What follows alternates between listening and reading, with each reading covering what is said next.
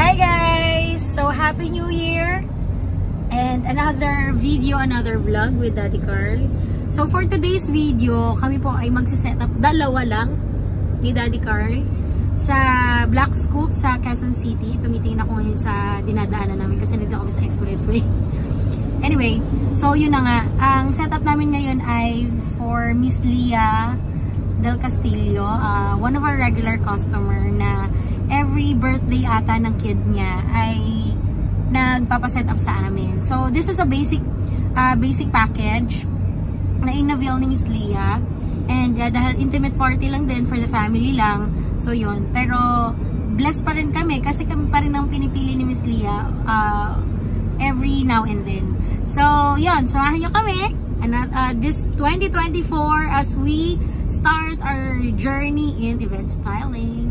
Let's go! So ayun na nga guys.